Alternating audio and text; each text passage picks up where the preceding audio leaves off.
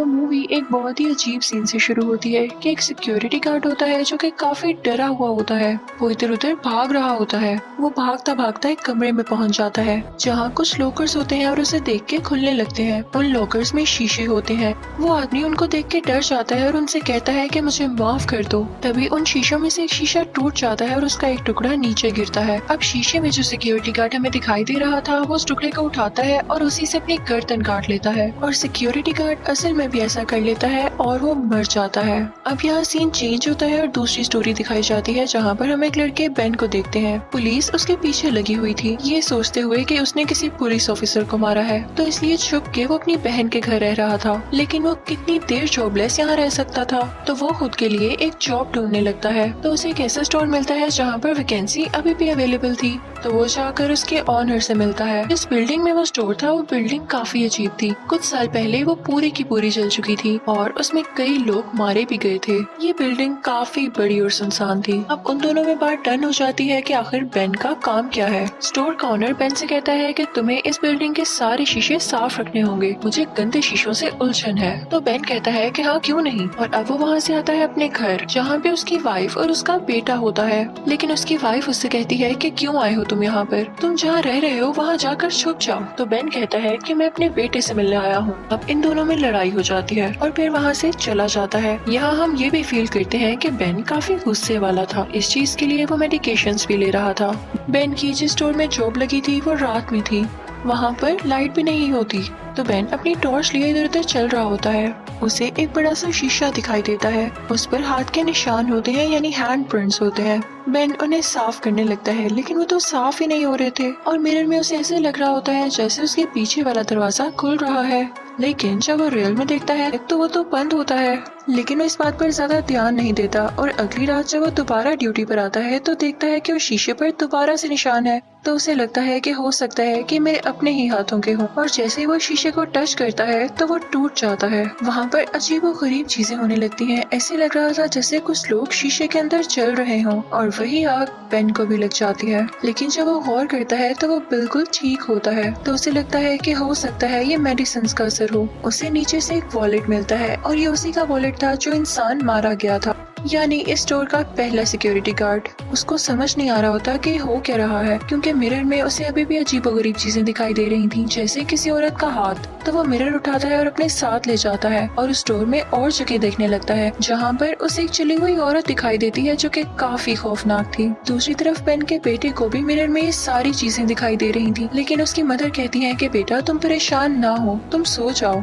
एक दिन बेन को घर में उसी सिक्योरिटी ऑफिसर के नाम से एक पार्सल रिसीव होता है जिसमें काफी ज्यादा न्यूज़पेपर थे, जिनमें ये न्यूज थी कि वो बिल्डिंग आग में कैसे जल गई और उसमें लोग भी मारे गए। वो शॉप के ओनर से पूछता है कि ये सिक्योरिटी ऑफिसर कहाँ गया, तो वो उसे बताता है कि ये तो मारा जा चुका है। तो बेन काफी परेशान हो जाता है। तो फिर पार्सल उसे किसने भेजा था?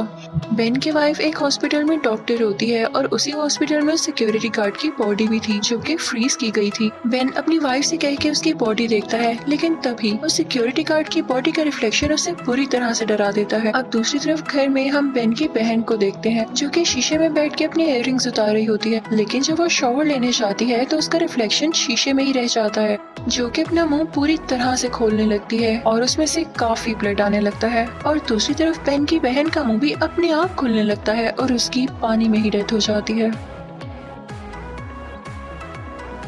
बेन जब घर आकर ये देखता है तो काफी ज्यादा हार्ट ब्रोकन हो जाता है और वो समझ जाता है कि हो ना हो ये मिरर्स मिस्टीरियस हैं। तो वो उसी स्टोर यानी बिल्डिंग में जाकर उन मिरर्स को शूट करने लगता है। लेकिन हैरानी की बात ये थी कि वो मिरर्स खुद को दोबारा से ठीक कर लेते थे। बेन रोने लगता है और कहता है कि आखिर क्यों कर रहे हो मेरे साथ ऐसा? तो मिरर पर एक नाम लिखा हुआ आता है और ऐसा नाम उस सिक्योरिटी गार्ड के वॉलेट में भी मिला था, यानी उस सिक्योरिटी गार्ड की डेथ और ये मिरर्स इस नाम से कहीं न कहीं कनेक्टेड जरूर थे।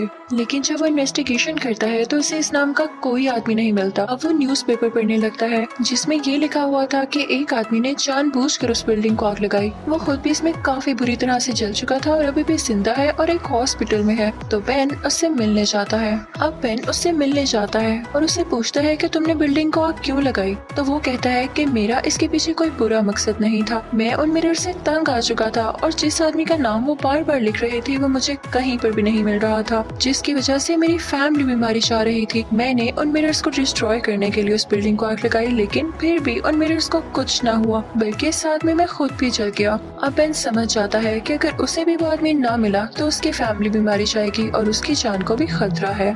बेन कहता है कि मैं इस बात का पता लगा कर ही रहूंगा। तो वो उस बिल्डिंग में जाता है और इधर उधर देखने लगता है। उसे पता चलता है कि ये एक मेंटल हॉस्पिटल था जहाँ पर पेशेंट्स को बहुत बुरी तरह से टॉर्चर किया जाता था, और इस बात का पता उसे तब चलता है जब वो एक दीवार को तोड़ता है जहाँ से पानी आ रहा होता है। वो एक जगह पर पहुँचता है जहाँ पर एक चेयर पड़ी हुई थी और उसकी चारों तरफ मिरर्स थे। ये इस हॉस्पिटल का टॉर्चर रूम था जहाँ पर पेशेंट्स को बहुत बुरी तरह से टॉर्चर किया जाता था। अब बेन अपने एक दोस्त को कॉल करता है जो कि एक डिटेक्टिव था। वो उसे बताता है इस हॉस्पिटल के नाम के बारे में और इस टॉर्चर रूम के बारे में। तो वो कहता है कि हाँ, इस पर एक पूरा केस बना था, मैं तुम्हें वो फाइल ला कर देता हूँ। और फिर वो दोनों मिलते हैं और आपस में बातें करने लगते हैं। वो डिटेक्टिव बेन को बताता है कि इस मेंटल हॉस्पिटल में एक पेशेंट थी जिसका नाम एना था। उसको ये लोग काफी ज्यादा टॉर्चर करते थे और उसके दिमाग में जो मसला था वो ये था कि वो बहुत जल्दी फील कर जाया करती थी और उसकी फीलिंग्स बहुत जल्दी हर्ट होती थी और इसीलिए उसको जान के टॉर्चर किया जाता था। एक दिन सब पेशेंट्स ने एना पर मिलकर हमला करना शुरू कर दिया,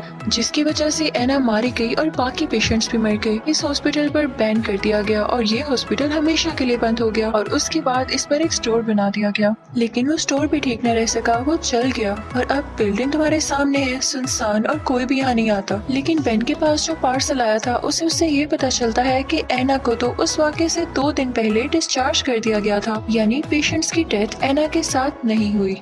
बेन काफी पागल हो रहा था इस चीज को लेके, तो वो इस पर और रिसर्च करने लगता है कि मैं पता लगा कर ही रहूंगा कि आखिर हुआ क्या। अब दूसरी तरफ घर में बेन का बेटा शीशे के सामने बैठ के खुद ही से बातें कर रहा था। जब उसकी मॉम ये देखती है तो कहती है कि बेटा ऐसा क्यों कर रहे हो, इधर आओ मेरे पास। और जब वो अपनी मॉम के पास जाता है तो उसकी मॉम ये देखती है कि शीशे में उसका रिफ्लेक्शन अभी भी है। ये देख के वो काफी डर जाती है और अपने हस्बैंड यानी बेन को कॉल करती है। बेन कहता है कि मैं आ रहा हूँ, किसी शीशे के सामने मत जाना, और वो आते ही सब शीशों को और खिड़कियों को कवर कर देता है, उन पर पेंट्स कर देता है। अब बेन किसी तरह एना के घर का पता लगाता है तो उसे उसके घर वालों से ये पता चलता है कि वो वाकई में पागल थी और काफी ज्यादा एग्रेसिव भी थी, यानी उसे गुस्सा बहुत जल्दी आता था। उसे हॉस्पिटल भेज दिया गया, उसे काफी टॉर्चर किया गया, लेकिन स्टिल वो ठीक हो गई थी और कुछ अर्से बाद अपने घर वापस आ गई। लेकिन जब वो वापस आई तो घर के सारे शीशे अजीबोगरीब एक्टिविटीज करना शुरू हो गई, यानी उनमें अजीब अजीब लोग दिखाई देते थे। एना की हालत दोबारा से बिगड़ने लगी तो उसे ऐसी जगह भेज दिया गया जहाँ पर कोई शीशा नहीं था। तो बेन कहता है कि मैं उससे मिलने जाऊंगा, चाहे वो जिंदा हो या ना। अब बेन सीधा उस जगह जाता है और देखता है कि एना अब काफी बूढ़ी हो चुकी थी। बेन उससे बातें करने लगता है। उन दोनों के दरमियान एक वुडन नेट थी। बेन एना से कहता है कि क्या आप मेरे साथ उस मेंटल हॉस्पिटल दोबारा आ सकती हैं? तो एना कहती है कि नहीं, उस वक्त मेरे अंदर एक डीमन था, जब मुझे टॉर्चर किया जाता था वो डीमन कई डीमंस में बदल गया, और अगर मैं दोबारा वहाँ पर गई तो वो डीमंस जो कि अब शीशों में कैद है दोबारा से मेरे अंदर आ जाएंगे। बेन उसे अपनी फैमिली का वास्ता भी देता है कि मेरी फैमिली मर रही है, इस वजह से आपको आना होगा। तो एना उसकी बात का कोई जवाब ना देते हुए वहाँ से चली जाती है। तो बेन उस पर गन पॉइंट कर लेता है और कहता है कि नहीं, आपको आना होगा। दूसरी तरफ हम ये देखते हैं कि रात हो चुकी होती है और बेन का बेटा अपनी मॉम के पास से गायब हो जाता है। जब उसकी मॉम उसे ढूंढने जाती है तो देखती है कि हर तरफ पानी है। वो जब वॉशरूम जाती है तो बाथटब में कोई रिफ्लेक्शन उसे खींच लेता है और उसे मारने की कोशिश करता है। अब ऊपर रूम में बेन की बेटी जब शीशे में देखती है तो उसे अपनी मदर का रिफ्लेक्शन दिखाई देता है, जो कि असल में वहाँ पर नहीं था, और वो रिफ्लेक्शन इसको मारने ही वाला होता है कि तभी बेन की वाइफ वहाँ से अपनी जान छुड़ाकर ऊपर आ जाती है और अपनी बेटी को बचा लेती है अपने रिफ्लेक्शन से। और फिर वो अपने बेटे को ढूंढने के लिए दोबारा जाती है तो उसे एक जगह पानी दिखाई देता है जिसके रिफ्लेक्शन में उसका अपना बेटा होता है। जब वो उसके पास जाती है तो वो उसे नाइफ से जख्मी कर देता है। और दूसरी तरफ बेन एना को अपने साथ लेके आ चुका था और वो उसे उसी टॉर्चर रूम में लेकर आता है जहाँ पर उसे टॉर्चर किया जाता था। वो बूढ़ी एना को उस चेयर पर बांध देता है, जिसके बाद वहाँ पर मौजूद शीशों में से सारे डीमंस बाहर आने लगते हैं और बेन खुद उस रूम से बाहर आ जाता है और वो सारे डीमंस एना की बॉडी में वापस आने लगते हैं, जिसकी वजह से एना की बॉडी ब्लास्ट हो जाती है और सारे शीशे अपने आप टूटने लगते हैं और फाइनली बिल्डिंग में अब कोई भी शीशा बाकी नहीं बचा था।